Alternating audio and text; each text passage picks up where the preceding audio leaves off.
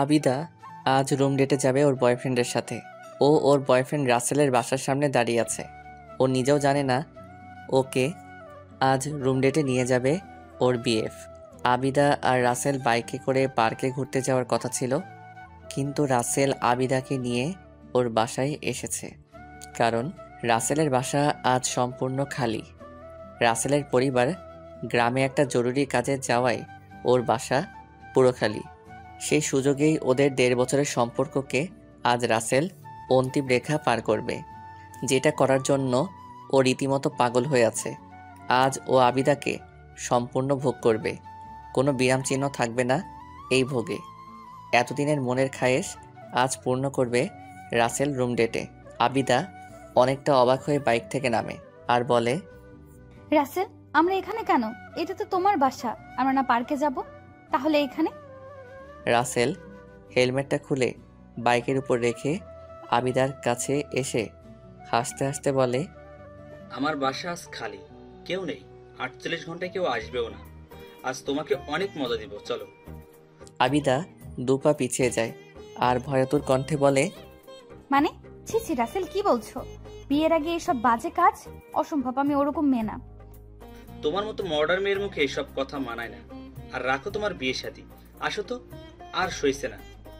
অসম্ভব, প্লিজ বাবু, আমাকে বাসায় দিয়ে আসো। তোমার দুটো পায়ে ধরি, এই সর্বনাশ পাপ কাজ আমি করব না। প্লিজ আমাকে যেতে দাও, প্লিজ। ওই আবিদা কেঁদে দেয় রাসেলের মুখে বিশ্রী গালি শুনে। প্রেম করস, হাত ধরস, ঘুরতে যাস, রেস্টুরেন্টে কফি খাস, আর এখন করতে চাইলে দোষ? চল আমার সাথে, আর তোকে তোর ইচ্ছার বিরুদ্ধে ভোগ করব। সে তো আরেক মজা। রাসেলকে এখন একটা পশুর চেয়েও খারাপ লাগছে। বিবেকহীন কুলাঙ্গার ছেলে লাগছে রাসেলকে। আবিদা খুব কান্না করছে, অস্থির হয়ে উঠছে, ভয়ে গলা শুকিয়ে কাঠ। রাসেল এবার আবিদার সাথে জোরাজোরি শুরু করে। ওর চোখে মুখে কামুকতার উত্তেজনা স্পষ্ট। আবিদার হাত ধরে টেনে নিয়ে যাচ্ছে রাসেল। আবিদার এই গলির ভিতর আর কাউকে দেখছে না, কাউকে যে একটু সাহায্যের জন্য বলবে তাও পারছে না। সবই ওর পাপের ফল। আজও প্রেম ভালোবাসা না করলে নিজের বয়ফ্রেন্ডের কাছেই হয়তো ধর্ষিত হতে হতো না। আবিদাকে প্রায় রাসেল বিল্ডিংয়ের ভিতর ঢুকিয়ে ফেলেছে। আবিদার চোখ অন্ধকার হয়ে আসছে, সব আশা ভরসা শেষ। কারণ আবিদা বুঝে গেছে এই রাসেল কখনো ওর হবে না। এতদিন শুধু ওকে ভোগ করার জন্য ওর সাথে প্রেমের অভিনয় করছে। আবিদা হারিয়ে যাচ্ছিল, কিন্তু হঠাৎই ও দেখে একজন টুপি আর পাঞ্জাবি পরা লোক হেঁটে যাচ্ছে। ও চিৎকার করে বলে, ভাইয়া আমাকে একটু বাঁচান, আমার সর্বনাশ হয়ে যাচ্ছে। ভাইয়া আমাকে বাঁচান প্লিজ ভাই। লোকটা আমি ছিলাম। আদিবার কথা শুনে আমি দাঁড়িয়ে যাই। রাসেলও আবিদার মুখ চেপে ধরে ওদের দিকে তাকায়। আবিদা অঝরে কাঁদছে। আমি যথেষ্ট বলিষ্ঠ এবং বেশ শক্তিশালীও দেখতে। আমি রাসেলের দিকে তাকালাম। রাসেল চোখ গরম করে বলল, এখান থেকে চুপচাপ চলে যা, এটা আমার এলাকা, একদম শেষ করে দিব। আমি সামনে তাকিয়ে মাথা নিচু করে চলে যাই। আবিদার শেষ ভরসাটুকুও শেষ। ও খুব কাঁদছে। রাসেল ওকে ধরে টেনে 3 তলায় ওর রুমের ভিতরে ঢুকায়, ঢুকিয়ে সোজা ওর রুমে নিয়ে আসে, বিছানায় ঠাস করে ফেলে দেয়। রাসেল ওর নিজের জামা খুলতে শুরু করে। আবিদা বিছানায় পড়ে আবার উঠে দৌড়ে এক কোনায় গিয়ে কাঁদতে কাঁদতে জোরে বলে ওঠে, রাসেল, আল্লাহর দোহাই লাগে আমাকে যেতে দাও, আমার পিরিয়ড চলছে, আমি শেষ হয়ে যাব। ওর কোনো কথা রাসেলের কানে যাচ্ছে না। রাসেল পাগল হয়ে আছে একটা মেয়েকে ভোগ করার জন্য। পশুর চেয়েও হিংস্র হয়ে গিয়েছে এখন রাসেল। ওর মাথায় শুধু এখন আবিদাকে ভোগ করা। আবিদা আবার বলে, রাসেল, আমার পিরিয়ড, দোহাই লাগে আমাকে যেতে দাও, আমি মারা যাব। চুপ, আজ তোকে কেউ বাঁচাতে পারবে না, কেউ না।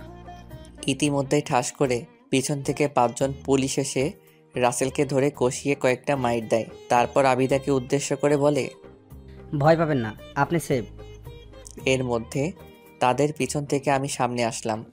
পুলিশ আমাকে দেখে বলে, ধন্যবাদ আপনাকে এইটাকে হাতে নাতিয়ে ধরিয়ে দেওয়ার জন্য।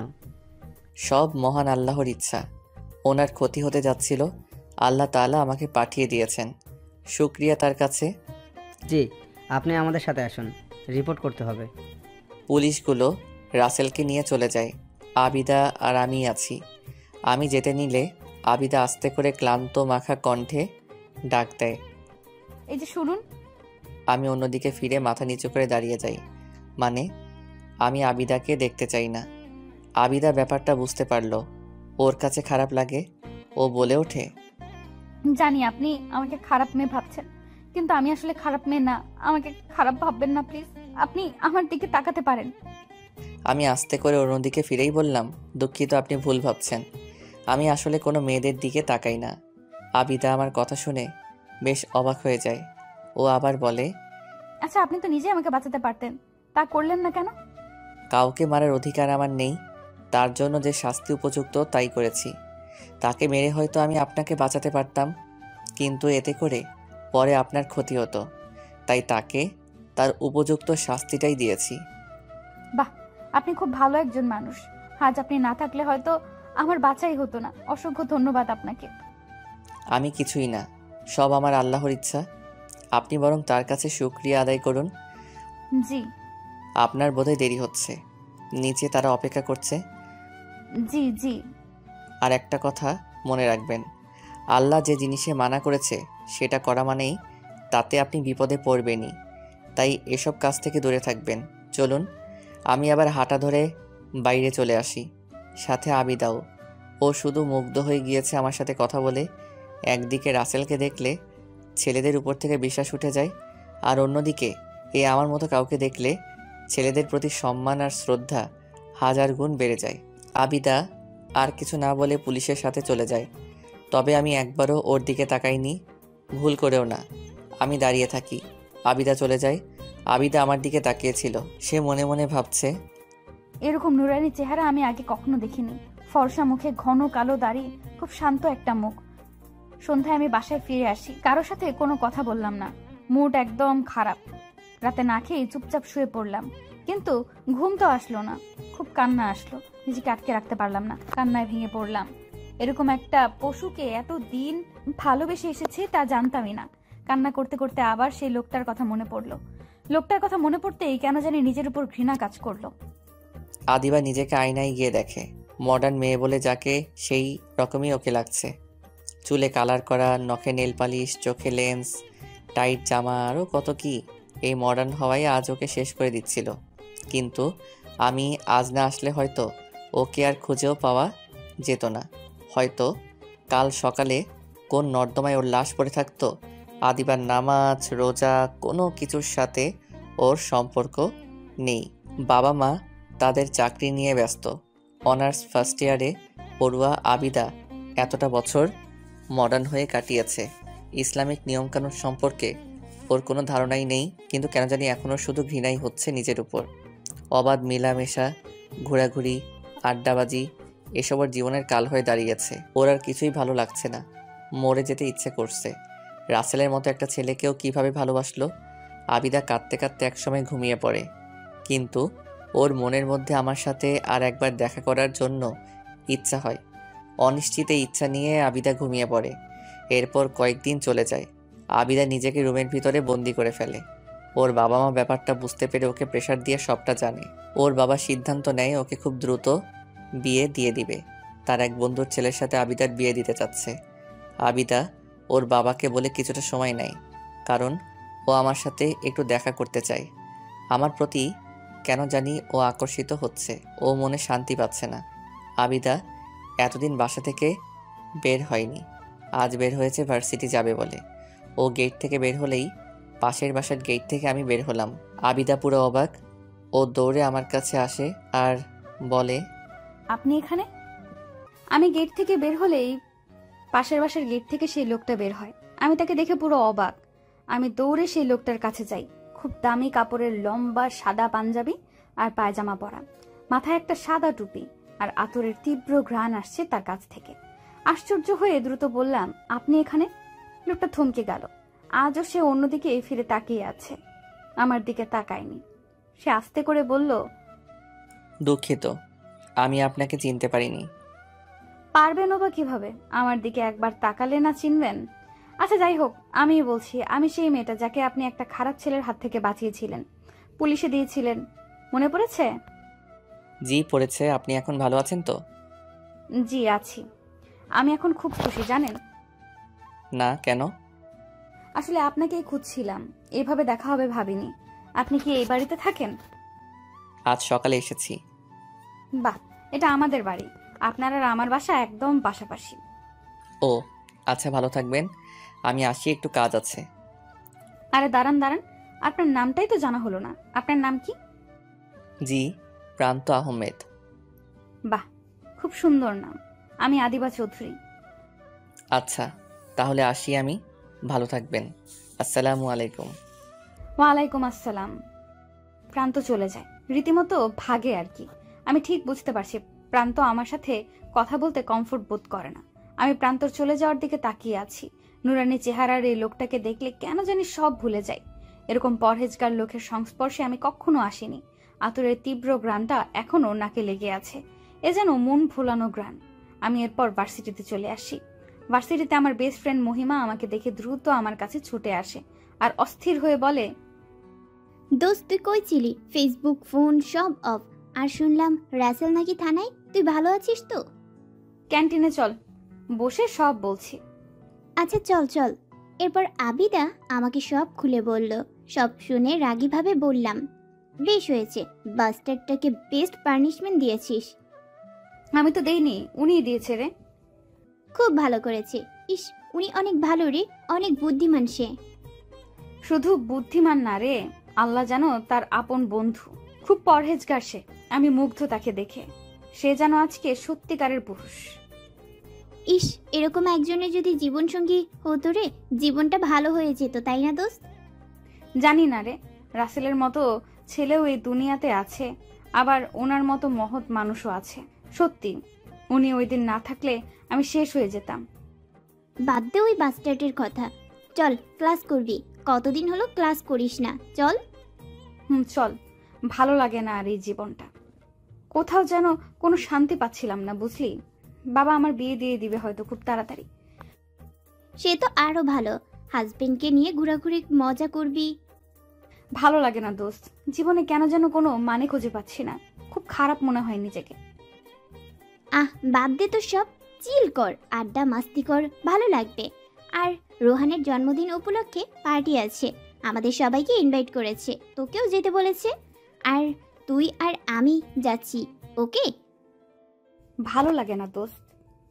না, তোকে যেতেই হবে, না হলে আমি যাব না। আচ্ছা যাবো না। থ্যাংক ইউ, চল ক্লাসে যাই। এরপর আমি ক্লাসে চলে যাই, কিন্তু ক্লাসের লেকচার যেন আমার মাথায় আর ঢোকে না। প্রান্তর কথাই কেন জানি মাথায় ঘুরছে। আমার ভেতর মহিমার একটা কথা কেমন জানি অবচেতন করে দিচ্ছে। মহিমা বলেছিল, প্রান্তর মতো কেউ যদি জীবনসঙ্গী হতো। কথাটা আমাকে খুব ভাবাচ্ছে। সত্যি প্রান্ত এই এমন একটা পুরুষ যাকে দেখলে যে কেউ মুগ্ধ হতে বাধ্য। কিন্তু পরক্ষণেই অপরূপ মায়াবী মুখখানায় অন্ধকার নেমে আসলো। কারণ প্রান্ত কখনো আমাকে জীবনসঙ্গী করবে না। প্রান্তর চোখে আমি খুব খারাপ একটা মেয়ে। আমি এসব ভেবে ভেবে অন্যমনস্ক হয়ে যাচ্ছি। তখনই মহিমার ধাক্কায় হুঁশ হয়। কিরে ওঠ, ক্লাস শেষ তো, এভাবে অন্যমনস্ক হয়ে আছিস কেন? না কিছু না, চল। এরপর আবিদা বাসায় চলে আসে। খেয়ে দিয়ে রেস্ট নিয়ে মহিমার জোড়াজুড়িতে রোহানের বার্থডে পার্টিতে যায়। পার্টি শেষে আবিদা আগেই বেরিয়ে আসে। ও গাড়িতে উঠতে যাবে, অমনি দেখলো আমাকে। আবিদা স্তব্ধ হয়ে দাঁড়িয়ে আছে। এই স্তব্ধতা মুগ্ধতার। আবিদা দেখে আমি একটা বয়স্ক লোককে ধরে রাস্তা পার করে দিচ্ছে। এরপর আবিদা আরও আশ্চর্য হলো, কারণ আমি লোকটার হাতে ভালোই টাকা দিয়েছিলাম। লোকটা নিতে চাইনি, তাও দিলাম। বৃদ্ধ লোকটা আমার মাথায় হাত বুলিয়ে দিয়ে খুব খুশি হয়ে আস্তে আস্তে হেঁটে চলে গেল। আবিদার বুঝতে বাকি নেই বৃদ্ধ লোকটা অসহায় গরিব একজন মানুষ। আবিদার চোখে আমার জন্য সম্মান, শ্রদ্ধা আর অনেক ভালো লাগা বেড়ে গেল। আবিদা আড়ালে সরে দাঁড়ায়। আমি একটা রিক্সা নিয়ে চলে যাই। আবিদাও একটা হাসি দিয়ে গাড়িতে করে চলে আসে। বাসায় আসার পুরোটা সময় আবিদা শুধু আমার কথাই ভাবছিল। ভাবতে ভাবতে অতল বিষণ্ণতায় হারিয়ে যাচ্ছিল। আবিদার মন চাই ওই সময় যদি আমার মতো বা ঠিক আমি যদি ওর হাতটা ধরতাম সারা জীবনের জন্য। আবিদা শুধু ভাবছে আর ভাবছে। এইভাবে সেদিন বাসায় পৌঁছে ও রাতটাও আমার কথা ভেবেই কেটে যায়। পরদিন খুব ভোরে হঠাৎই আবিদার ঘুমটা ভেঙে যায়। চোখ মেলে তাকিয়ে দেখে অন্ধকার। তবে দিনের আলো বের হবে হবে বলে আবিদার যে ঘুম ভাঙলো ও তার উৎস খুঁজতে লাগলো। অসম্ভব সুন্দর মনোমুগ্ধকর সুরেলা কণ্ঠে কেউ কুরআন তিলাওয়াত করছে। তার সুরের জোরে আবিদার ঘুম ভাঙলো। আবিদা এই মধুর তিলাওয়াত করছে খুঁজে দেখে ওর পাশের বাসার ঠিক ওর জানালার সামনে আমি রুমে বসে কোরআন শরীফ তিলাওয়াত করছি। আবিদা পর্দা সরিয়ে জানালা একটু ফাঁকা করে আমাকে কোরআন পড়তে দেখছে আর শুনছে। আমার প্রতি টানে যেন আবিদার বুক ফাটিয়ে দিচ্ছে। আবিদার চোখ দিয়ে কেন জানি টপ টপ করে অশ্রু ঝরছে। আবিদা কাঁদছে আর কোরআন তিলাওয়াত শুনছে। এত মধুর তিলাওয়াত যে আবিদার মন প্রাণ সব শান্ত হয়ে গিয়েছে। এভাবে প্রায় 5-6 দিন চলে যায়। আবিদা খুব ভোরে উঠে জানালার পাশে বসে আমার কোরআন তেলাওয়াত শোনে। ও যেন এই মধুর সুরের মায়ায় পড়ে গিয়েছে। আমার এই মধুর তিলাওয়াত না শুনলে আবিদার ভালো লাগে না, সব কিছু কেমন জানি লাগে। এইভাবে আবিদার দিন যাচ্ছিল আর ও আমার প্রতি ক্রমশ দুর্বল হচ্ছিল। ভালো লাগা ভালোবাসায় আর অনেক সম্মানে পরিণত হচ্ছিল। কিন্তু হঠাৎ একদিন, আদিবা, অনেক দিন হয়েছে আর না, কাল আমার বন্ধুর ছেলে তোকে দেখতে আসবে, তুই রেডি হয়ে থাকিস। আমি মুহূর্তেই আকাশ থেকে পড়লাম। তাহলে প্রান্ত? আমি তো প্রান্তকে ছাড়া থাকতে পারবো না, অসম্ভব। আমি বাবার কাছে গিয়ে অসহায়ভাবে বললাম, বাবা, আমি তোমাকে অনেক সম্মান করি এবং ভালোবাসি, কিন্তু আমি তোমার বন্ধুর ছেলেকে বিয়ে করতে পারবো না। কি? কেন? কারণ আমি একজনকে ভালোবেসে ফেলেছি। এবার আমি কোনো খারাপ ছেলেকে ভালোবাসিনি বাবা, আমি তাকে ছাড়া বাঁচবো না। আমার তাকে চাই চাই সারা জীবনের জন্য। আদিবা, আমার মান সম্মান সব তোর উপর। তুই কি বলছিস? আমি আমার বন্ধুকে কথা দিয়েছি, আর তুই এর মধ্যে কাকে ভালোবেসেছিস? হ্যাঁ, শান্ত হও আদিবার বাবা। বাবা, তুমি যদি তাকে একবার দেখো তুমি চোখ সরাতে পারবে না। মাসে এত পরহেজগার, আল্লাহর খুব কাছের। আমি তার সাথে আমার জীবনটা জড়াতে চাই, তার আলোতে আমার অন্ধকার জীবনকে আলোকিত করতে চাই। আমাকে একটা সুযোগ দাও, একবার তার সাথে আমার কথা বলো।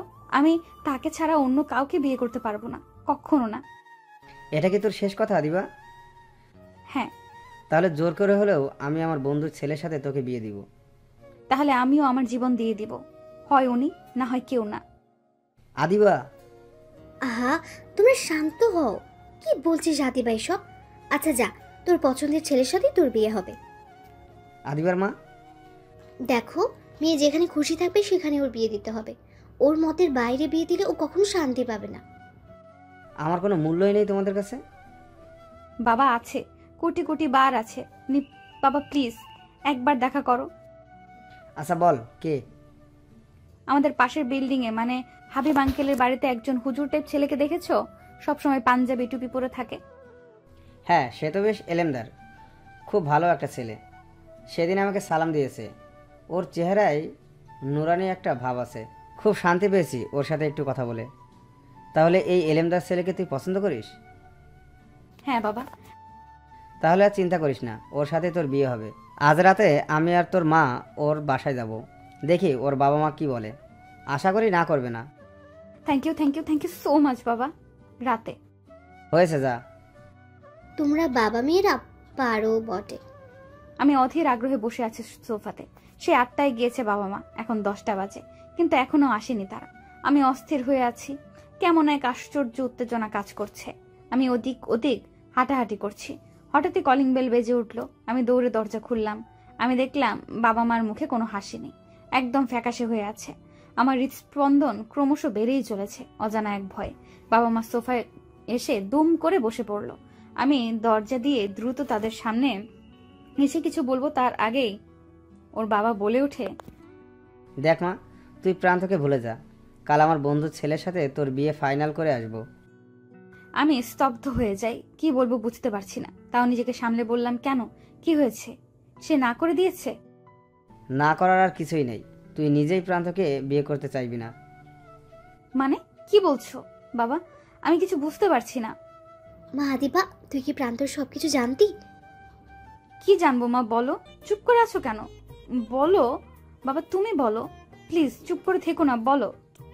প্রান্তর 5 বছরের একটা মেয়ে আছে। কি? আমি ঠাস করে সোফার উপর বসে পড়লাম। আমার নিজের কানকে বিশ্বাস হচ্ছে না। আমি ঠিক শুনলাম? প্রান্তর একটা মেয়ে আছে, তাও 5 বছরের? মা উঠে এসে আমার পাশে বসলো। মা আমার কথায় আস্তে করে মাথায় হাত বুলিয়ে দেয়। আমি কাঁদছি নিঃশব্দে। মা বলল, প্রান্ত আজ থেকে 6 বছর আগে বিয়ে করে। ওর স্ত্রী বাবুকে জন্ম দেওয়ার সময় খুব অসুস্থ হয়ে পড়ে। এতটা অসুস্থ হয়ে পড়ে যে আল্লাহ তাকে নিয়েই যায়, কিন্তু একটা মেয়েকে প্রান্তর কোলে দিয়ে যায়। মায়ের মুখে এ কথা শুনে আমি ভীষণ আশ্চর্য হয়ে মায়ের দিকে তাকাই আর বললাম, ওনার স্ত্রী বেঁচে নেই? মেয়েটার কোনো মা নেই? না রে মা, কি সুন্দর মেয়েটা, অসম্ভব সুন্দর। আমি সোফায় হেলান দিয়ে চোখ অফ করে বসে আছি। বাবা বলে উঠল, তাহলে আমি আমার বন্ধুকে জানিয়ে দেই কালকে ওদের বিয়ে হচ্ছে।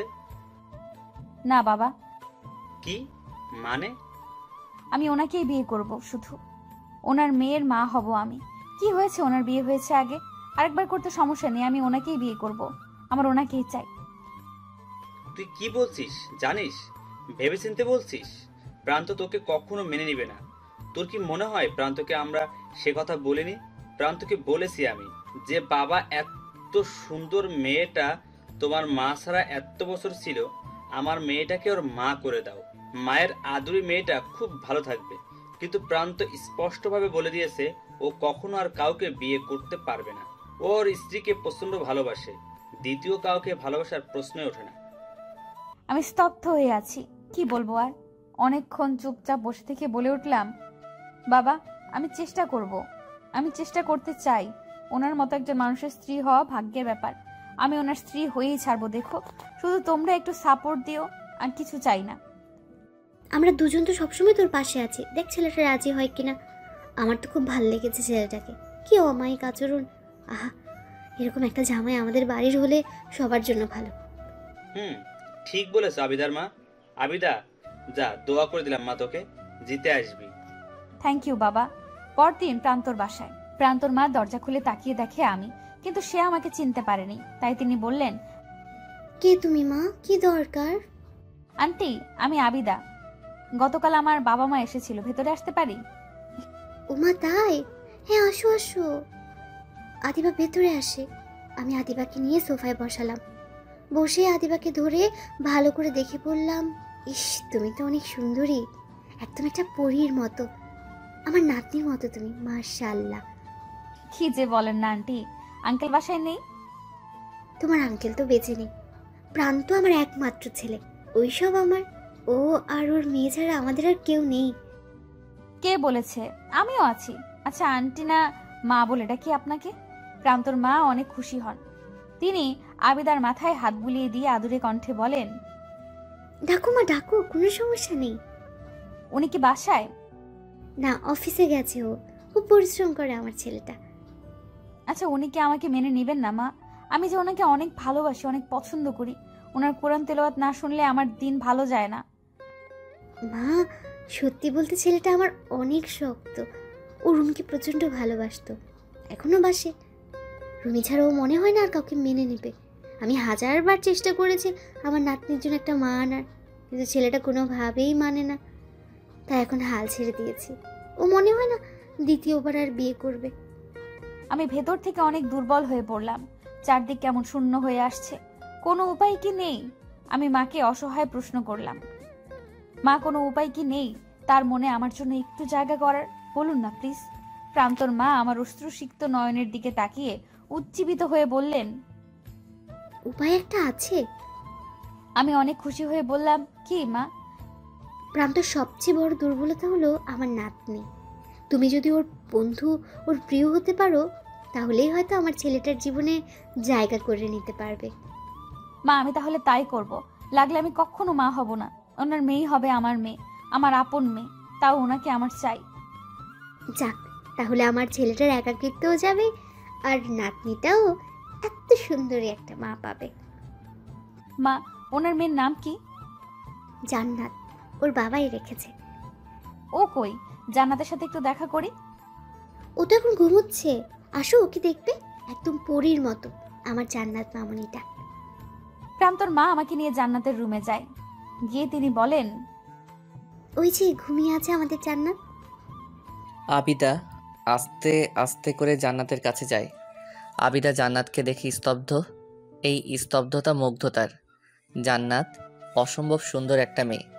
আবিদা ওর জীবনে এরকম অসম্ভব সুন্দর বাচ্চা মেয়ে কখনো দেখেনি। ঘন কালো চুল, বড় বড় পাপড়ি, দুধের মতো গায়ের রং, এ যেন সত্যি জান্নাত। আবিদা অপলক দৃষ্টিতে জান্নাতের দিকে তাকিয়ে আছে। ওর চোখের অজান্তেই পানি এসে গেছে। প্রচণ্ড মায়া হচ্ছে জান্নাতকে দেখে। এইটুকু মেয়ে মা ছাড়া 5টা বছর পার করেছে। আবিদা কাঁদতে কাঁদতে বলে, মামুনি, তোমার আম্মু চলে এসেছে। আজ থেকে আমরা মা আর মেয়ে মিলে অনেক মজা করব। আমাদের কেউ আলাদা করতে পারবে না, কেউ না। আল্লাহ আমাকে শুধু তোমার জন্য পাঠিয়েছেন। জান্নাতের পরি তুমি, আমার জান্নাত। আসলে এই দুধের শিশুটার একটা মায়ের দরকার ছিল রে। আদিবা মা, তোকে ওর মা হতেই হবে। মা আমি হব। ও জান্নাতের টুকরা একটা। দেখেন কি অপরূপ সুন্দরীও। আমার খুব কান্না পাচ্ছে ওকে দেখে। আমি ওকে ছেড়ে কোথাও যাব না, কোথাও না। হ্যাঁ মা, যাস না। আর এমনিতেও ছোট মেয়েদের মন জয় করার কোনো ব্যাপার না, আদর দিলেই হয়। জান্নাত তো অনেক মিশুক, একদম মায়ের মতো। অল্পতেই জান্নাত আমাকে আপন করে নিল। আমিও অনেক আদর করলাম জান্নাতকে। এরপর সকাল পেরিয়ে দুপুর, দুপুর পেরিয়ে বিকেল, আর বিকেল পেরিয়ে সন্ধ্যা হয়ে আসে। প্রান্তর আসার সময় হয়েছে। কলিং বেল বাজতেই প্রান্তর মা দরজা খুলে দেয়। প্রান্তর মাকে সালাম দিয়ে সোজা ওয়াশরুম থেকে ফ্রেশ হয়ে এসে মায়ের কাছে থেকে তোয়ালে নিয়ে হাত মুখ মুছে ও ব্যাকুল হয়ে আছে জান্নাতকে দেখার জন্য। জান্নাত কেমন আছে মা? ও তোমার সাথে নেই কেন, ঘুমাচ্ছে? না খোকা, ওর মায়ের সাথে খেলা করছে, যা দেখে আয়। মাকে পেয়ে কত খুশি জান্নাত। প্রান্ত আকাশ থেকে পড়ার মতো অবস্থা। দ্রুত জান্নাতের রুমের কাছে যেতেই জান্নাতের মিষ্টি মধুর খিলখিল হাসির শব্দ প্রান্ত শুনতে পায়। প্রান্ত দ্রুত রুমে ঢুকে দেখে আমাকে। প্রান্ত বাকরুদ্ধ। ও দেখছে জান্নাতের চোখে মুখে উজ্জ্বলতায় ভরা। মেয়েটা যেন সত্যি মাকে খুঁজে পেয়েছে। আমি প্রান্তকে দেখে বললাম, কি এসেছেন? কেমন আছেন? প্রান্ত যথারীতি অন্যদিকে ফিরে তাকায় আর বলে, আপনি এখানে? আমি এখানে থাকবো না তো কে থাকবে? আমি তো জান্নাতের মা, জান্নাত আমার মেয়ে, আমার পরি মেয়ে। এসব কি বলছেন? জান্নাত শুধু আমার আর রুমির মেয়ে, আপনার কেন হতে যাবে? বলে জান্নাতকে কোলে তুলে নেয় প্রান্ত। জান্নাত বাবার কোলে উঠে বলে, আব্বু, আমি আম্মুর কাছে যাবো। আমার আম্মু আছে, আম্মু অনেক ভালো। আম্মুর সাথে খেলবো। নিচে নামাও। প্রান্ত অবাক। মেয়েকে নিচে নামিয়ে দেয়। মেয়ে সুন্দর গিয়ে আমাকে জড়িয়ে ধরে। আমিও জান্নাতকে জড়িয়ে ধরি আর প্রান্তর দিকে তাকিয়ে হাসি আর বলি, এই দুধের শিশুটার মায়ের প্রয়োজন, মায়ের ভালোবাসা, আদর, স্নেহের প্রয়োজন। ওকে এ থেকে আলাদা করবেন না। আর কান খুলে শুনে রাখুন, ও আমারও মেয়ে আজ থেকে। আমি আপনাকে ছাড়া আর কাউকে বিয়ে করব না, আর জান্নাতকেও আমি কখনো ছাড়বো না। এখন আপনি ভাবুন, জান্নাতকে কষ্ট দিবেন নাকি আমাকে বিয়ে করবেন? আমি কি করব, কি বলবে কিছুই বুঝতে পারছি না। বলে উঠলাম, জান্নাত মা এদিকে আসো। উনি তোমার আম্মু না। আব্বুর কাছে আসো মা, আব্বুকে আদর দাও। না, এটা আমার আম্মু। আম্মুর সাথে খেলবো। তুমি দাও তো। প্রান্ত বিশ্বাস করতে পারছে না, কিন্তু ও এও বুঝতে পারছে যে সারাদিন একা থাকা মেয়েটা আদিবাকে পেয়ে অনেক খুশি। আদিবা জান্নাতের সাথে খেলা করছে, মজা করছে। জান্নাত খিলখিল করে হাসছে। প্রান্ত নিরাশ হয়ে বাইরের ড্রয়িং রুমে এসে সোফায় বসলো। আমি এক গ্লাস পানিও ওর হাতে দিয়ে ওর সামনে এসে বসে বললাম, আবিদা সত্যি জান্নাতের মায়ের যোগ্য বাবা। জান্নাতকে মাহারা করিস না। মেয়েটা মাকে পেয়ে অনেক খুশি, মন থেকে শোনে। দেখ কি সুন্দর খিলখিল করে হাসছে। জান্নাতকে কখনো এত হাসি খুশি দেখিনি। তুই আর জেদ করিস না বাবা, মেয়েটাকে একটু মায়ের আদর ভালোবাসা দেয়, না হলে মেয়েটা বড় হয়ে অন্যরকম হয়ে যাবে।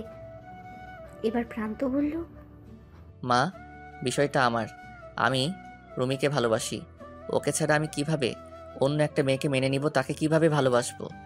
সংসারটা সুখের হবে বলো? আবিদা কি শুধু জান্নাতকে নিয়ে খুশি হবে যদি স্বামীর ভালোবাসা না পায়? আমি তো পারবো না রুমি ছাড়া অন্য কাউকে মেনে নিতে। পারবো না মা। দেখ বাবা, আমি শুধু একটা কথা বলবো, রুমি কখনো চাইবে না জান্নাত মা ছাড়া বড় হোক। বাকিটা তুই বুঝিস ভালো। আমি খাবার দিচ্ছি, আই খাবে। জান্নাত খাবে না? আবিদা খাইয়েছে। মেয়েটা আজ খাওয়া নিয়ে একটু কান্নাকাটি করেনি, পেট ভরে খেয়েছে ওর মায়ের হাতে। দাদির হাতে খেয়ে মেয়েটা এতদিন শান্তি পায়নি, আজ শান্তি মতো খেয়েছে। তুইও আয়, মায়ের হাতে খাবার খাবি। এরপর আমি খেয়ে একটু বিশ্রাম নেই, তারপর এশার নামাজ পড়তে চলে যাই। আসার সময় সিঁড়িতে আবিদার সাথে দেখা হয়। আমি অন্যদিকে তাকিয়ে আছি। আবিদা জোর গলায় বলল, জান্নাত আমারও মেয়ে, ওকে আমি কখনো আমার থেকে আলাদা করব না, আর কাউকে করতেও দিব না। আসি। প্রান্ত অবাক হয়ে আমার কথা শুনে। ও ভেবেই পাচ্ছে না এসব কি হচ্ছে, কিন্তু ওর বিরক্তি লাগছে খুব। প্রান্ত জান্নাত আর রুমির মাঝে আর কাউকে আনতে চায় না। রুমি সব সময় ওর মনের ভেতরে থাকে। রুমি ছাড়া ও কাউকে মেনে নিতে পারবে না, কিন্তু জান্নাতের কথা ভাবলে প্রান্ত দুর্বল হয়ে যায়। ও ওর চিন্তা শক্তি লোপ পায়। এভাবে আরো 6 দিন চলে যায়। জান্নাত এখন আমাকে আম্মুই বলে ডাকে। সারাদিন আম্মু আর আম্মু। প্রান্তর চেয়ে পরে জান্নাত এখন তার আম্মুকেই বেশি ভালোবাসে। প্রান্ত কেন জানি মানতে পারছে না। ও খুব বিরক্ত হয়ে উঠেছে, আর পারছেই না। তাই এই যে শোনেন, আপনার সাথে আমার কিছু কথা আছে। আবিদা জান্নাতকে ঘুম পাড়িয়ে দিয়ে চলে যাচ্ছিল, অমনি আমি ওকে ডাক দিলাম। আবিদা তো বেজায় খুশি। ও ভাবছে আমি বোধহয় এবার ওকে মেনে নিব। আবিদা খুশি হয়ে বলে, জি জি বলুন। আপনি কাল থেকে আর আমার বাসায় আসবেন না দয়া করে। জান্নাতের মা শুধু রুমি, আর কেউ না। আপনি রুমির জায়গা কখনো নিতে পারবেন না। আপনাকে আমি আর আমার বাসায় দেখতে চাই না। আর কখনো আসবেন না। আর যদি আসেন আমি এই বাসা ছেড়ে দিব। এই কথা শুনে আবিদা আর নিজেকে ধরে রাখতে পারল না, কান্নায় ভেঙে পড়ে। পিছনে দাঁড়িয়ে সব শোনে। আবিদা কাঁদতে কাঁদতে বলে, ঠিক আছে, আর কখনো আপনি আমাকে দেখতে পাবেন না, চলে যাচ্ছি বলেই কাঁদতে কাঁদতে চলে গেলাম। আমি চলে আসার পর আর প্রান্তর বাসায় যাইনি। নিজেকে একদম রুমে বন্দি করে রেখেছি। চাপা কষ্টে সারাক্ষণ কান্না করি, খাওয়া দাওয়া সব বন্ধ। বাবা মা জোর করেও পারেনি। আমি জান্নাত আর প্রান্তকে এছাড়া থাকতে পারছি না। দম বন্ধ হয়ে আসছে আমার, কিন্তু কিছুই করতে পারছি না। অন্যদিকে প্রান্ত পড়েছে মহাবিপদে, কোনোভাবেই এই বিপদ থেকে বের হতে পারছে না। জান্নাত সারাক্ষণ আম্মু আম্মু করছে, কান্না করতে করতে অবস্থা খারাপ। কোনোভাবেই জান্নাতকে কন্ট্রোল করতে পারছে না। এমন অবস্থা হয়েছে যে প্রান্ত আর অফিসে যেতে পারেনি। ও আর ওর মা কোনোভাবেই জান্নাতকে খাবার খাওয়াতে পারছে না। সে শুধু কাঁদছে আর আম্মুকে খুঁজছে। প্রান্ত খুব অস্থির হয়ে যায়। জান্নাত কাঁদতে কাঁদতে একসময় ঘুমিয়ে পড়ে। এখন প্রায় সন্ধ্যা, কোনোভাবেই জান্নাতকে একটু খাবার খাওয়াতে পারেনি। মেয়েটা কাঁদতে কাঁদতে চোখ ফুলিয়ে ফেলেছে। প্রান্তর খুব কষ্ট হচ্ছে জান্নাতের এই অবস্থা দেখে। ও মেয়েকে এভাবে না দেখতে পেরে ড্রয়িং রুমের সোফায় গিয়ে মাথায় হাত দিয়ে বসে। অনেক সূরা কালাম পরে ফু দিয়েছে, তাও মেয়ে শান্ত হয়নি। তার আমাকে চাই, তার আমার কোল চাই, তার আমার স্পর্শ চাই, তার আমার আদর চাই।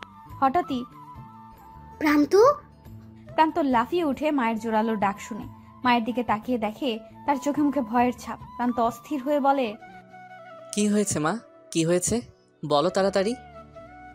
জান্নাতের গায়ে জ্বর এসেছে। প্রান্ত এক লাফে উঠে দাঁড়িয়ে দৌড়ে জান্নাতের কাছে গিয়ে গায়ে কপালে হাত দিয়ে দেখে গা গরম। প্রান্তর মা পিছ থেকে বলে ওঠে, প্রান্তকে খাওয়ানো এখন অনেক বেশি প্রয়োজন। ও না খেলে অনেক অসুস্থ হয়ে পড়বে। কিছু কর বাবা। কি করব আমি? জান্নাত যা চাচ্ছে সেটা কিভাবে আমি আনবো? মা, আমার খুব কষ্ট হচ্ছে। তোর মেয়ের সুস্থতার চেয়ে কি তোর জেদ বড় প্রান্ত? জান্নাতের মায়ের প্রয়োজন। আমি সবসময় থাকবো না বাবা। ও একদিন বড় হবে। ও একটা মেয়ে, তুই ওর বাবা, পুরুষ মানুষ। তোকে ওর সব কথা বলতে পারবে বলতো? তখন ও একা হয়ে যাবে। মেয়েটার ভবিষ্যতের কথা ভেবে আদিবাকে মেনে নে। এত সুন্দরী ভালো মেয়ে যে জান্নাতকে নিজের চেয়েও বেশি ভালোবাসে। আবিদা কি বলেছে জানিস? বলেছে লাগলেও কখনো মা হবে না, তাও তোদের দুজনকেও চায়। যা বাবা, ওকে তাড়াতাড়ি নিয়ে আয়, যা। আমি কি করব কিচ্ছু বুঝতে পারছি না। মাথা কাজ করছে না, কোনো রাস্তাও খুঁজে পাচ্ছি না। আমি আবার জান্নাতের গায়ে কপালে হাই দিয়ে দেখি জ্বরটা বাড়ছে। আর পারছি না। আমি উঠেই অস্থির হয়ে সোজা আবিদার বাসায় চলে যাই। আবিদার বাসায় গিয়ে কলিং বেল দিতেই আবিদার মা দরজা খোলে। তিনি আমাকে দেখে ভীষণ অবাক। আমি তাকে চিন্তিত গলায় সালাম দেই। ওয়ালাইকুম আসসালাম। কি হয়েছে বাবা, তোমার এই অবস্থা কেন? কে আসছে? আবিদার মা। আরে প্রান্ত, তুমি? কি হয়েছে বাবা তোমার? সব ঠিক আছে? তোমাকে এরকম লাগছে কেন? কি হয়েছে? আঙ্কেল জান্নাত, ওনাকে ছাড়া সে কোনোভাবেই খাবে না। গায়ে জ্বর এসে গেছে, দয়া করে একটু তাকে ডেকে দিন। কি বলো কি বাবা? আদিবাও সারাদিন না খেয়ে রুমে বন্দি হয়ে বসে আছে। দাঁড়াও, আমি এখনই ডেকে নিয়ে আসছি। কিছুক্ষণ পরে আবিদা রুম থেকে দৌড়ে আসে বাইরে গেটের কাছে। আবিদার অবস্থা খুব খারাপ। আমি এক পলক শুধু ওকে দেখলাম। আবিদা এসে বলল, কি হয়েছে, কি হলো বলুন। জান্নাত খুব অসুস্থ হয়ে পড়েছে, সারাদিন কিছু খাইনি, আপনাকে খুঁজছে, আপনি একটু আসো। আবিদা রীতিমতো আমাকে ধাক্কা দিয়ে সরিয়ে দ্রুত বাসায় চলে যায় অস্থির হয়ে। আমি বাকরুদ্ধ হয়ে যাই। আমি দ্রুত বাসার দিকে ফিরলাম। এসে দেখি জান্নাত ঘুম থেকে উঠে গেছে। আবিদা আর জান্নাত দুজনেই কান্না করছে একে অপরকে জড়িয়ে ধরে। থাক, পরিটা আমার কান্না করে না। এই যে আম্মু চলে আসছি, আর কখনো যাব না। তুমি খাওনি কেন আমার পরি? জান্নাত, ইস, গায়ে জ্বর উঠে গেছে। আহারে আমার আম্মুটা থাকার কাঁদে না মা। আসো আমরা খাবো এখন। আম্মু আত্তে, আম্মু আত্তে, আম্মু আত্তে, তুমি কান্না করো না, আমি খাবো। গুড গার্ল, হা করো আম্মুটা। এরপর জান্নাতকে সুন্দর করে খাইয়ে দেয় আবিদা। আমি আর মা দাঁড়িয়ে সব দেখছি। আবিদা আর জান্নাত যেন আমাদের দেখেই না। ওরা দুজন দুজনকে পেয়ে খুশিতে সব ভুলে গিয়েছে।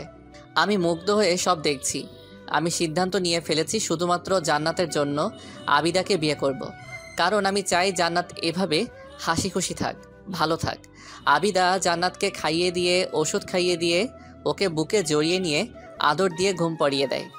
জান্নাত এখন অনেকটা সুস্থ।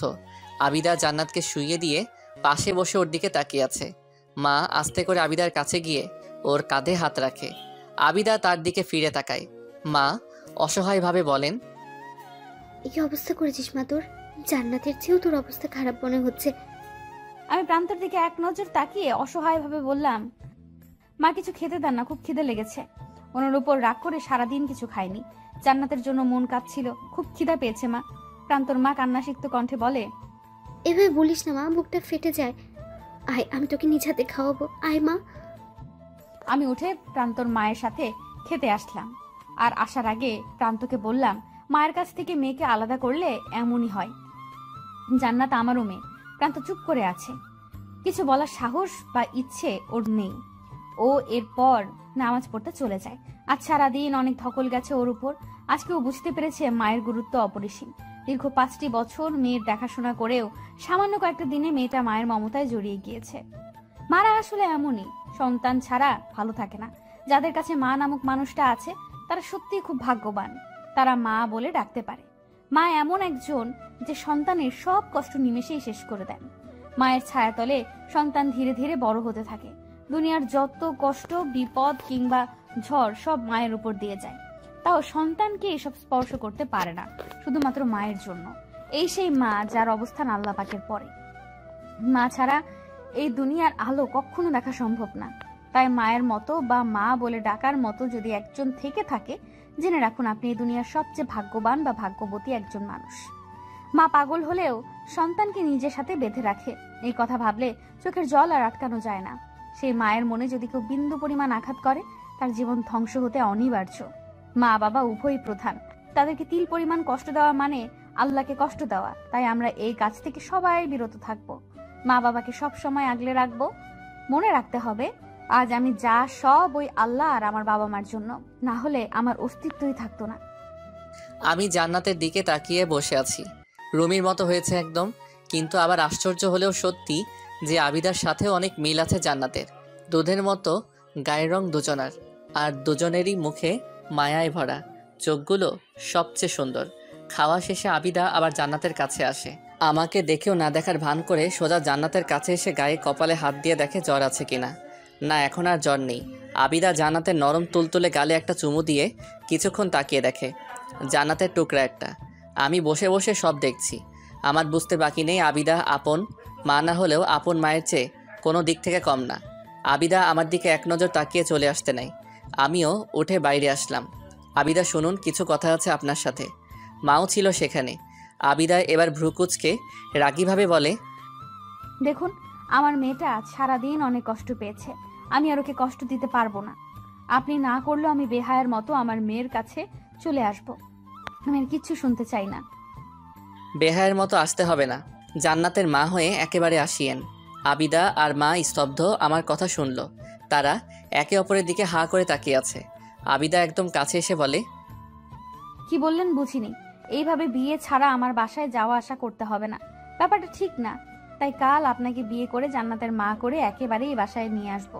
আদিবা প্রচন্ড খুশি হয়ে অবাক হয়ে প্রশ্ন করে, আপনি কি সত্যি বলছেন নাকি আমি স্বপ্ন দেখছি?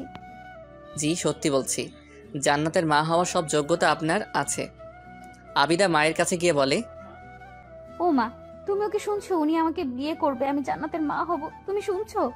প্রান্তর মাও খুশিতে চোখের জল ছেড়ে দিয়ে মাথা নাড়িয়ে হ্যাঁ বলে। আমি তাকে জড়িয়ে ধরি খুশিতে। হঠাৎ প্রান্ত বলে ওঠে, কিন্তু আমার কিছু শর্ত আছে, যা না মানলে এই বিয়ে সম্ভব না। আবিদা আমার সামনে এসে ভয়াতর কণ্ঠে বলে, কি শর্ত? আপনাকে সম্পূর্ণ ইসলামিক নিয়মকানুন মেনে চলতে হবে। মডার্ন কোনো কিছু করা বা পড়া যাবে না। মানে খোলামেলাভাবে চলাফেরা করা যাবে না। জানি আপনি পারবেন না, তাও এই শর্ত না মানলে। আমি রাজি, লাগবে না আমার ওই নরকের জীবন। ওখানে কোনো শান্তি পাইনি আমি। আমার শান্তি আপনারা। আমি সব শর্তে রাজি, তবে আমারও যে একটা শর্ত আছে। কি শর্ত? আপনি আমাকে ঠিক আপনার মতো পরহেজগার বানাবেন, আমাকে কোরআন পড়া শেখাবেন, একদম আপনার মতো বানাবেন আমাকে। কি রাজি? প্রান্ত ছোট্ট একটা হাসি দিয়ে বলে, রাজি। তখন মা বলে ওঠে খুশিতে, আলহামদুলিল্লাহ। আবিদা মা, যা তোর বাবা মাকে খুশি সংবাদটা দিয়ে আয়, গিয়ে বল পাথর গলে গিয়েছে। আবিদা খুশিতে মাকে জড়িয়ে ধরে। তারপর দ্রুত বাসায় চলে যায় এবং গিয়ে সব বলে। এরপর দিন সত্যি সত্যি আবিদা আর আমার বিয়ে হয় সম্পূর্ণ ইসলামিক নিয়মে। আবিদার বাবা আমাকে তাদের বাসায় এসে থাকতে বলে, কিন্তু আমি সম্পূর্ণ নাখোশ। আমি তার বাসায় আবিদাকে নিয়ে থাকবো। আমি যা আয় করি তাতেই সবার আনন্দে চলে যাবে। আবিদা আজ অসম্ভব খুশি। ওর খুশি আজ হিসাবের বাইরে। জান্নাতের মতো একটা মেয়ের মা হওয়ার স্বপ্ন ওর সেই বুঝে ওঠার পর থেকে ছিল। আর আমার মতো আল্লাহর ইবাদতকারী স্বামীকে পাওয়া তো সবচেয়ে বড় ভাগ্যের ব্যাপার। আবিদার খুশি যেন আজ শেষ হচ্ছে না। ও আমার রুমে অনেক অজানা ইচ্ছা আর স্বপ্ন নিয়ে বসে আছে। অপেক্ষা শুধু আমার। আবিদার এই খুশি সত্যি কি টিকে থাকবে নাকি আয়নার মতো ভেঙে যাবে? এখন অপেক্ষা শুধু আমার। আমার মাথায় হাজারো চিন্তা লাঠি মেয়ের মতো ঘুরপাক খাচ্ছে। মাঝে মাঝে উত্তেজনায় উৎফুল্ল হচ্ছি। আজ আমার জীবনের একটা বিশেষ রাত। প্রান্তর মতো একজনের সাথে আমি আমার সবটা দিয়ে দিব। আমার ভালোবাসা আজ পূর্ণতা পাবে, কারণ প্রান্ত আমাকে মেনে নিয়েছে। আমি আজ অনেক অনেক খুশি। মিটমিট করে দুষ্টু হাসি দিচ্ছি, আবার খুব লজ্জাও পাচ্ছি। আবার মনে মনে বলছি, ইস, আজ আমাকে অপ্সরাদের মতো লাগছে। উনি দেখে তো অজ্ঞানী হয়ে যাবে। তাহলে আদর করবে কে? থুর, কি যে বলি না আমি। এখনো আসে না কেন উনি? উফ, আমার অপেক্ষার প্রহর যেন শেষই হয় না। একটু পরেই প্রান্ত রুমে আসে। আমি দ্রুত উঠে প্রান্তর পা ধরে সালাম করতে নেই। প্রান্ত আমাকে আটকে দিয়ে বলে, ছি ছি, এ কি করছেন? এটা ঘোর পাপ। আর কখনো এ কাজ করবেন না। একমাত্র আমার আল্লাহ ছাড়া আর কারো সামনে কখনো মাথা নিচু করবেন না, ভুলেও না। মুখ দিয়ে শুধু সালাম দিলেই হবে। এসব কুসংস্কার আর পাপ। আচ্ছা সরি, আমি এতদিন ভুল জানতাম। তাহলে সালাম দিচ্ছি। আসসালামু আলাইকুম। ওয়ালাইকুম আসসালাম। আবিদা সালাম দিয়ে আবার চুপচাপ বিছানায় গিয়ে ঘুমটা টেনে বসে পড়ে। ওর হৃদস্পন্দন ক্রমশ বাড়ছে। অজানা খুশি ওকে উত্তেজিত করছে। অনেকটা সময় গেল, কিন্তু আবিদার ঘুমটা আমি উঠাচ্ছি না, এমনকি ওর কাছেও আসছি না। আবিদা আস্তে করে বলে ওঠে, এই যে আপনি কই? আমাকে দেখবেন না? আমার ঘোমটাটা তুলুন, আপনার জন্য খুব সুন্দর করে সেজেছি। বেশি মেকআপ করিনি, জানি আপনার পছন্দ না। একদম হালকা করেছি। আমি মেকআপ ছাড়াই অনেক সুন্দরী। একটু ঘোমটাটা তুলে দেখুন। ক্ষমা করবেন, আমি আপনাকে দেখতে পারবো না। আমি আমার রুমি ছাড়া কারো দিকে তাকাতে পারবো না, কখনো না। এ কথা শোনা মাত্রই আমার বুকে ছ্যাদ করে ওঠে। খুব কষ্ট পাই আমি। তাও নিজেকে সামলে গলাটা একটু শক্ত করে বললাম, আমি আপনার বিবাহিত স্ত্রী। আপনার সামনে আমি 24 ঘন্টা থাকবো। আপনি কতক্ষণ আমাকে না দেখে থাকবেন? ভালোভাবে বলছি, এসে দেখেন আমাকে, নাহলে কিন্তু বাপের বাড়ি চলে যাব, পাশেই আছে। পরে জান্নাত আবার কান্না করবে। না না, কি বলছেন? কিন্তু কোনো কিন্তু নাই। আমি আপনার বিবাহিত স্ত্রী। আমাকে দেখবেন না, এটা কোনো কথা? আপনি আমাকে আরবি শেখাবেন, নামাজ পড়া শেখাবেন, তখন কি অন্যদিকে তাকিয়ে ভূতেদের শেখাবেন? আমি মনে মনে ভাবছি, আসলেই তো সে তো সবসময় এখন আমার সামনে থাকবে। আর এখন সে তো আমার স্ত্রী, তাকে না দেখে উপায় নেই। আচ্ছা, তুলে দিচ্ছি আপনার ঘুমটা। তুললেই হবে না, মন ভরে দেখতেও হবে। এরপর প্রান্ত আমার কাছে এসে বসে। আমার বুক ধুকপুক ধুকপুক করছে। প্রান্ত আস্তে করে আমার ঘোমটাটা তুলে দেয়। আমি আস্তে করে চোখ খুলে প্রান্তর দিকে তাকাই। প্রান্ত আমার দিকে হা করে তাকিয়ে আছে। আমি লজ্জাসিক্তভাবে প্রান্তর দিকে মায়াবী নয়ন কারা চাহনিতে মাদকতা নিয়ে তাকিয়ে আছে। কিন্তু হঠাৎ কি হলো, প্রান্ত আস্তে করে উঠে দাঁড়িয়ে অন্যদিকে চলে গেল। আমি ঠাস করে ঘোর ভেঙে যাওয়ায় আমিও উঠে প্রান্তর পেছনে গিয়ে দাঁড়াই। আমি আস্তে করে বললাম, কি ব্যাপার, চলে এলেন যে? প্রান্ত কিছুক্ষণ পর একটা দীর্ঘ নিঃশ্বাস ছেড়ে বলে, রুমি আমার জীবনের প্রথম মেয়ে, আমার প্রথম ভালোবাসা, আমার স্ত্রী, আমার জান্নাতের মা। বিয়ের আগে কখনো আমি ওকে দেখিনি বা দেখতেও চাইনি। বিয়ের সেদিন রাতে ও কালো একটা বোরখা পরেছিল, আপনার মতোই বসেছিল। সেদিন আমি যে কতটা নার্ভাস ছিলাম না বলার বাইরে। আমি আস্তে করে ওর সামনে বসি। ও সেদিন প্রথম আমার সামনে, একমাত্র ওর বাবা ছাড়া শুধু আমার সামনে ওর নেকাব তোলে। বিশ্বাস করবেন না, আমি মনে হয় জান্নাতের কোনো অপ্সরাকে আমার সামনে দেখি। ওকে কখনো কেউ দেখেনি। একটা অপরিচিত পুরুষের চোখ ওর উপর কখনো পড়েনি। সেদিন প্রথম আমি ওকে দেখে ওর মায়ায় পড়ে যাই, ভালোবেসে ফেলি। আমি সেদিন কতক্ষণ ওকে দেখেছি জানি না। ওর চোখ দিয়ে সেদিন অশ্রু ঝরছিল, যেমনটা আমারও। আমরা সত্যি হারিয়ে গিয়েছিলাম একে অপরের মাঝে। ও সেই আমার রুমি। আমার রুমির শেষ চিহ্নটুকু হলো জান্নাত। ওকে দেখলে আমার রুমির কথা মনে পড়ে। আর আজ আপনাকেও দেখে আমার রুমির কথা মনে পড়ল। আমি রুমিকে ছাড়া মনে হয় কাউকে ভালোবাসতে পারবো না।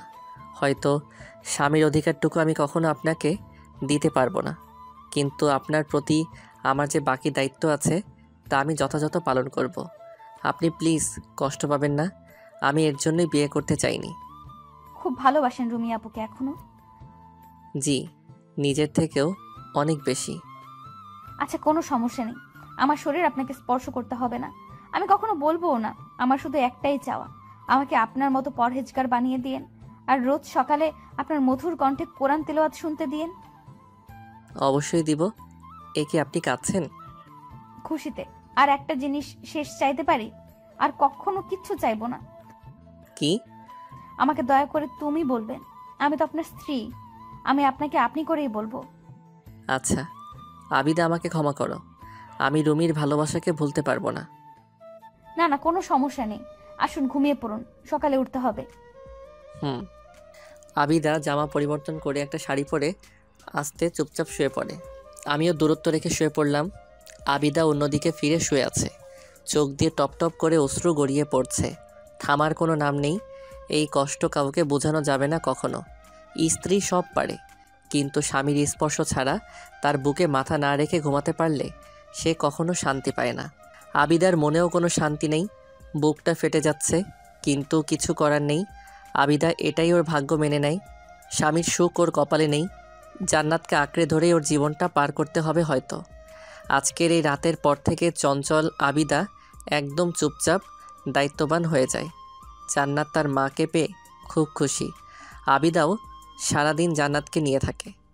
আমার কাছ থেকে নামাজ, কোরআন পড়া, আরও অনেক ইসলামিক নিয়মকানুন বিষয় আবিদা শিখতে থাকে। আমারও খুব ভালো লাগে আবিদাকে শিখাতে। আবিদার উপর আমি খুব খুশি। ওকে অনেক বোরখা আর হিজাব এনে দেয়। খুব পছন্দ হয়েছে আবিদার। আবিদা আমার, জান্নাত আর শাশুড়ির অনেক খেয়াল রাখে। ইউটিউব দেখে অনেক কিছু মজার মজার খাবার রান্না করে সবাইকে খাওয়ায়। সবাই আবিদার উপর খুশি। আমিও অনেক খুশি, কারণ আবিদা আমার স্পর্শে আসতে চায় না। রাত হলে চুপচাপ ঘুমিয়ে পড়ে। তারপর গভীর রাতে তাহাজ্জুদের নামাজ পড়তে আমাকে ডাক দেয়। আমার বেশ ভালোই লাগে, কিন্তু কেন জানি আমার মনে হয় আবিদার মনে শান্তি নেই। ও খুব কষ্টে আছে, কিন্তু তা কাউকে দেখতে দিচ্ছে না। আমার সব সময় এমন একটা ফিল হতো, আমি বুঝতে পারছি যে আবিদার কি হয়েছে। আমি সব বুঝি, কিন্তু কেন জানি আবিদাকে কাছে টানতে পারছি না। এভাবে একটি বছর পার হয়ে যায়। আবিদা এখন সম্পূর্ণ পরহেজগার একটা মেয়েতে পরিণত হয়েছে। জান্নাতকে পাশে নিয়ে নামাজ পড়ে, কোরআন পড়ে, ইসলামিক অনেক কিছু শিখে। 2 মা মেয়ে। জান্নাত খুব খুশি আবিদার মতো মাকে পেয়ে। মায়ের আদর, ভালোবাসা, স্নেহ আর সোহাগ পেয়েও খুব খুশি। আম্মু ছাড়া সে কিছুই বোঝে না, কিন্তু এসবের মধ্যে একজন ভালো নেই। সে তার মনকে একটু সময়ের জন্য শান্ত করতে পারছে না। সে আর কেউ নয়, আমি। কারণ আবিদা এখন আর কোনো কাজ ছাড়া আমার সামনেও আসে না। সারাদিন জান্নাতকে নিয়ে থাকে। রাতে জান্নাতকে বুকে জড়িয়ে ধরে ঘুমায়। আমি এটা কোনোভাবেই মানতে পারছি না। আবিদা আমার সাথে হেসে খেলে কথা বলে না, অনেকটা চুপচাপ হয়ে গিয়েছে। আমার স্পষ্ট মনে আছে আবিদা এই গত 1 বছরে অনেকবার আমার কাছে আসতে চেয়েছে। খুব পাগলামিও করেছে একটু, আবার সাথে সাথে ক্ষমা চেয়েছে আবিদা। কিন্তু আমি কাছে টেনে নেইনি ওকে। সে থেকে আবিদা আর আমার কাছে তেমন যায় না। আমাকে নিয়ে কিছু বলেও না। আমার কেন জানি ভালো লাগছে না। আবিদার প্রতি দুর্বল হয়ে গিয়েছি, তাতে সন্দেহ নেই। আবিদা যেভাবে সবার যত্ন করে তাতে ওকে ভালো না বেশি উপায় নেই। আমার ক্ষেত্রেও তাই হয়েছে। রুমির স্মৃতিটাকে বুকের মাঝে চাপা দিয়ে দিয়েছে আবিদার যত্ন, স্নেহ আর অসীম ভালোবাসা। আবিদা প্রতিনিয়ত আমাকে মুগ্ধ করেছে। আমি যা বলি তা অক্ষরে অক্ষরে মেনে চলে আবিদা, কিন্তু তাও আমি আবিদাকে আমার উপর অধিকার দেইনি। এখন আবিদা সরে পড়াই আমি কেমন জানি শান্তি পাচ্ছি না। আবিদার সাথে একা কথা বলতে গেলেও ব্যস্ততা দেখিয়ে সরে যাই। আমি একা হয়ে পড়ি। কিন্তু আবিদার এই পরিবর্তন এত শক্ত কেন, তাই আমি বুঝতে পারছি না। একদিন গভীর রাতে আমার হঠাৎ ঘুম ভেঙে যায়। কেন জানি মাথা তুলে আবিদার ঘুমন্ত মুখখানা দেখব বলে চিন্তা করি। জান্নাতকে দেখে যে আবিদার দিকে তাকাই, দেখি জান্নাতের পাশে আবিদা নেই। আমি এক লাফে উঠে বসি। এদিক ওদিক তাকাই, রুমের কোথাও আবিদা নেই। আমি তাড়াতাড়ি উঠে ওয়াশরুমে আর বারান্দায়ও দেখি আবিদা নেই। আমার ভয় হচ্ছে আবিদা গেল কই। কিন্তু হঠাৎই ও রুম থেকে বের হয়ে পাশেই নামাজের রুমে উকি মেরে দেখলাম আবিদা জায়নামাজে বসে খুব কাঁদছে। মোনাজাত ধরেও বলছে, হে আল্লাহ, আমি কি ভুল করেছিলাম? তোমার একজন প্রিয় বান্দাকে ভালোবেসেছি, তার মেয়েকে ভালোবেসেছি, সবাইকে আপন করে নিয়েছি, কিন্তু যাকে এতটা ভালোবাসলাম সেই আমাকে আপন করে নিল না। হে আল্লাহ, আমি তো একটা মেয়ে, আমি এখন তার স্ত্রী। আমারও যে এখন মা হতে ইচ্ছে করে, আমারও গর্ভে যে তার সন্তান নিতে ইচ্ছে করে। সে কি তা বুঝবে না? কত গিয়েছি তার কাছে, কত পাগলামি করেছি, তাও সে আমার ইচ্ছেটা বোঝেনি, নেয়নি আমাকে আপন করে। একটা মেয়ে যদি মা না হতে পারে, এর চেয়ে বড় কষ্ট তার আর জীবনে কিছুই নেই। তার গর্ভে সন্তান যখন মা বলে ডাকে, সে ডাক দুনিয়ার শ্রেষ্ঠ ডাক। জান্নাতকে আমি আমার প্রথম মেয়ে মানি, আমার কলিজার টুকরাও। আমি কখনো ওকে অন্যজনের মেয়ে মনে করিনি, সব সময় আমার মেয়ে ভাবি ওকে। ছোটকাল থেকেই ওর মতো একটা পরীর মতো মেয়ের স্বপ্ন ছিল আমার, যা তুমি আমাকে দিয়েছো। তাই অনেকটা সময় আমি মা হওয়ার কোনো ইচ্ছে মনে আসতে দেইনি। কিন্তু এখন যে আমারও মা হতে ইচ্ছে করছে, মা হওয়ার সেই স্বাদটা গ্রহণ করতে ইচ্ছে করছে, আমার নিজের সন্তান আর জান্নাতকে নিয়ে বাকি জীবনটা পার করতে ইচ্ছে করছে তোমার পথে। কিন্তু আমি কি মা হতে পারবো না আল্লাহ? তাকে ভয়েও এই ইচ্ছার কথা বলতে পারছি না। সে যদি ভাবে জান্নাতের মূল্য আমার কাছে কমে যাবে, কিন্তু সে তো জানে না জান্নাতকে আমি আমার প্রথম সন্তান ভাবি আর সারা জীবনই ভাববো। ওকে কখনো বলবো না যে আমি ওর আপন মা না, কিন্তু সে হয়তো তা বুঝবে না। তাই হয়তো সে চায় না আমিও মা হই, আমার সন্তানকে নিজের হাতে বড় করি, তাকে তোমার পথে চলার জন্য মানুষের মতো মানুষ করি। খুব ইচ্ছা হয় আল্লাহ, কিন্তু কিছুই আমার ভাগ্যে নেই। না স্বামীর ভালোবাসা, না নিজের একটা সন্তান, কিছুই আমার ভাগ্যে নেই। তাই জান্নাতকে বুকের সাথে আঁকড়ে ধরে ছাড়খাড় হওয়া আমার বুকটাকে শান্ত করি। কিন্তু এ শান্ত যেন ক্ষণিকের জন্য আল্লাহ। মা হতে ইচ্ছে করে শুধু। শুনেছি তোমার পরেই মায়ের সম্মান সবচেয়ে বেশি। হে আল্লাহ, আমি মা হতে চাই, আমি আমার স্বামীর একটু ভালোবাসা চাই। দাও না আল্লাহ আমাকে, তুমি তো পরম দয়াশীল, আমাকে একটু দয়া করো। আমার চোখ দিয়ে অঝরে অশ্রু ঝরছে। আমি আবিদাকে বুঝতে পারিনি আবিদা কী চেয়েছে। এতদিন তা আমি বুঝতে পারিনি, বোঝার চেষ্টাও করিনি। মা হওয়া যে প্রতিটা মেয়ের সবচেয়ে বড় স্বপ্ন, তা ভুলেই গিয়েছি। আমি বুঝতে পেরেছি আল্লাহ আমাকে ইচ্ছা করে এখানে এনেছে, যাতে আমি আবিদার মনের লুকিয়ে থাকা সত্য কথাগুলো সব শুনতে পারি। কারণ একজন বান্দা আর সবার সাথে পারলেও আল্লাহর সাথে তার সামনে কখনো মিথ্যা কথা বলতে পারে না। আমি আর এক মুহূর্ত সময় নষ্ট না করে নামাজের রুমে ঢুকে আবিদাকে শক্ত করে কাঁদতে কাঁদতে বুকের সাথে জড়িয়ে ধরলাম। আবিদা ভয় পেয়ে যায় আর অনেক আশ্চর্য হয়। জীবনে আজ প্রথম আমি আবিদাকে স্পর্শ করেছি। আবিদাও খুশিতে আমাকে জড়িয়ে ধরে। আমি কাঁদতে কাঁদতে বললাম, আবিদা, আমার ভুল হয়েছে। আমি বুঝতে পারিনি তোমাকে। আমি রুমির জন্য অন্ধ ছিলাম। তোমার প্রতি আমার অবহেলা যে তোমাকে এত কষ্ট দিচ্ছিল, তা আমি বুঝতে পারিনি। আজ আল্লাহ আমাকে সব বুঝিয়ে দিল। তোমার সব মনের কথা আমি শুনেছি। তোমার সব ইচ্ছা আমি পূরণ করব। আবিদা, তুমি মা হবে, আমাদের সন্তান হবে, তোমাকে ভালোবাসবো আমি, আর কখনো অবহেলা করব না। দয়া করে আমাকে মাফ করে দাও। তুমি মাফ না করলে আল্লাহ কখনো আমাকে মাফ করবে না। আবিদা আমার দিকে তাকিয়ে কাঁদতে কাঁদতে বলে, ছি ছি, কি বলছেন? আমি একটুও রাগ নই আপনার উপর। মাফ তো সে কবেই করে দিয়েছি। আপনাকে চোখের সামনে দেখে অনেক। শুধু একটু আপনার ভালোবাসা আর আমাদের সম্পর্কের একটা চিহ্ন চাই, আমাদের সন্তান। আমি কখনো জান্নাতকে তিল পরিমাণ কম ভালোবাসবো না। ও আমাদের কাছে জান্নাতের টুকরা। সত্যি বলছি, ওদের দুজনের মাঝে কখনো ভেদাভেদ হবে না। সব শুনেছি আমি আবিদা, তুমি যা চাইবে ঠিক তাই হবে। আবিদা আমাকে জড়িয়ে ধরে অঝরে কাঁদতে কাঁদতে বলে, খুব ভালোবাসি আপনাকে, খুব।